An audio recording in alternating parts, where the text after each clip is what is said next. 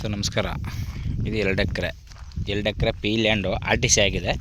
P land R T C ಆಗಿದೆ 2 ಎಕರೆ. ಒಟ್ಟಿಗೆ total ನಿಮಗೆ 4.75 ಎಕರೆ ಜಾಗ. ಇದು ಟೋಟಲ್ 4.75 ಎಕರೆ ಜಾಗ. ಒಳ್ಳೆ ಬೆಟ್ಟ ನೇಚರು ಚೆನ್ನಾಗಿದೆ, ಫಸ್ಟ್ ಕ್ಲಾಸಿಗಿದೆ.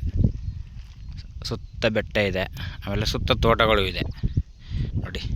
ಇದೆಲ್ಲ ಫುಲ್ ತೋಟಗಳಿವೆ. ಬೆಟ್ಟದ ನೇಚರ್ ಚೆನ್ನಾಗಿದೆ. 2 ಎಕರೆ ಆರ್ ಟಿ ಸಿ, ಒಂದು ಬೋರು. ಆಲ್ರೆಡಿ ಬೋರು ಇದೆ, ಸ್ವಂತ ಟಿ ಸಿನೂ ಇದೆ, ಬೋರು ಇದೆ. ಶಿಸ್ತಾಗಿ ಎಲ್ಲ ರೆಡಿ ಮಾಡಿದ್ದಾರೆ. ಅಂದರೆ ನೀವೇನಪ್ಪ ಇಲ್ಲಿ ಮಳೆ ಪಳೆ ಕೇಳಿಸ್ಕೊಂಡು ಶಿಸ್ತಾಗಿ ರೆಡಿ ಮಾಡ್ಕೋಬೇಕು. ಆರ್ ಟಿ ಸಿ 2 ಎಕರೆ, ಟೋಟಲ್ ಜಾಗ 4.75 ಎಕರೆ. ಒಟ್ಟಿಗೆ ಅವರು ಲಂಸಮ್ 50 ಲಕ್ಷ ಹೇಳ್ತಾರೆ. 50 ಲಕ್ಷ ಹೇಳ್ತಾರೆ. ಚೆನ್ನಾಗಿದೆ, ಫಸ್ಟ್ ಕ್ಲಾಸ್ ಜಾಗ. ಎಕರೆಗೆ 10 ಲಕ್ಷನೂ ಬೀಳಲ್ಲ. ತಗೊಂಡು ರೆಡಿ ಮಾಡ್ಕೊಂಡ್ರೆ ಫೈನಾಗುತ್ತೆ. ಏನಪ್ಪ ಅಂದರೆ ದುರಸ್ತಿ ಮಾಡ್ಕೊಂಡು ಆರ್ ಟಿ ಸಿ ಮಾಡ್ಕೊಂಡ್ರೆ ಫೈನ್ ಜಾಗ.